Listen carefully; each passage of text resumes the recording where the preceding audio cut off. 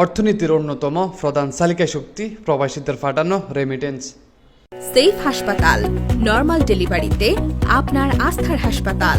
সাম্প্রতিক সময়ে নানা অর্থনৈতিক সংকট, অপচয় ও দুর্নীতির মধ্যে বাংলাদেশের বৈদেশিক মুদ্রা রিজার্ভে উল্লেখযোগ্য প্রবৃদ্ধি ঘটেছে, যার মূল কারিগর প্রবাসী রেমিটেন্স যোদ্ধারা।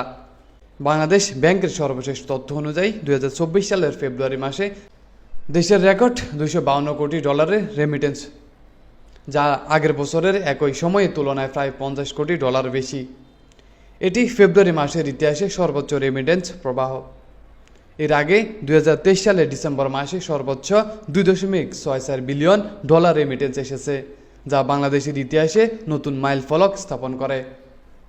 বর্তমানে বিশ্বের 150টিরও বেশি দেশে প্রায় 1.5 কোটি প্রবাসী বাংলাদেশি কর্মরত রয়েছে। তাদের মধ্যে বৃহত্তর অংশ সৌদি আরব, সংযুক্ত আরব আমিরাতে, যুক্তরাষ্ট্র, মালয়েশিয়া, যুক্তরাজ্য, কুয়েত, কাতার ও সিঙ্গাপুরের মতো দেশে অবস্থান করছে। তারা কঠোর পরিশ্রম করে দেশের অর্থনৈতিক চাঙ্গা রাখতে উল্লেখযোগ্য ভূমিকা রাখছে। রেমিটেন্স পাঠানোর উপর জোর দেওয়ার ফলে ধারা বাড়তে থাকে।